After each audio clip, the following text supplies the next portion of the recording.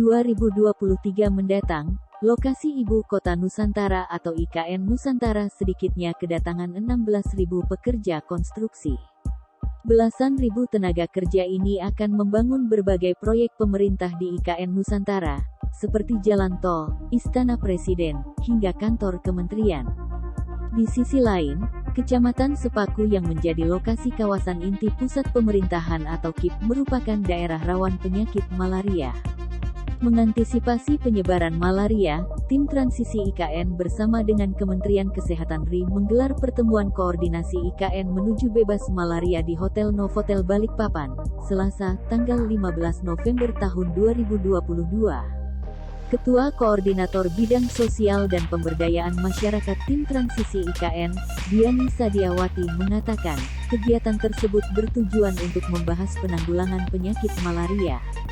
Ia membeberkan, pihaknya telah menghasilkan tim task force yang akan bertugas untuk menangani penyakit malaria, khususnya di wilayah IKN. Agenda hari ini bertujuan untuk membahas bagaimana pembangunan IKN yang bebas malaria. Output dari 2 hari ini, kita akan menghasilkan tim task force lintas kementerian dan lintas daerah untuk memastikan penanganan malaria di kawasan pembangunan IKN ini bisa maksimal, tuturnya. Selain itu, pihaknya melakukan langkah-langkah pemeriksaan ke lokasi dan pendekatan sektor lainnya. Dalam konteks penanganan malaria tentunya nanti kita akan berkoordinasi dengan instansi terkait seperti KLHK, PUPR, Dinas Kesehatan dan lain-lain, jelasnya.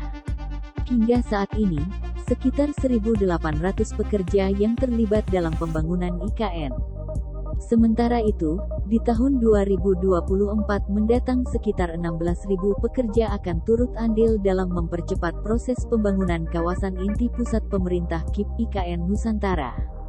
Hingga Desember mendatang, beberapa pembangunan ditargetkan akan segera selesai, seperti Bendungan Sepaku, juga tower komunikasi yang rampung pada Januari tahun 2023 mendatang. Pemerintah mengalokasikan sekitar 30 triliun rupiah untuk pembangunan Ibu Kota Nusantara atau IKN Nusantara, Kalimantan Timur, 2023 ini. Diketahui, pemerintah akan menggelontorkan total 58 triliun rupiah untuk membangun IKN Nusantara hingga 2024 nanti.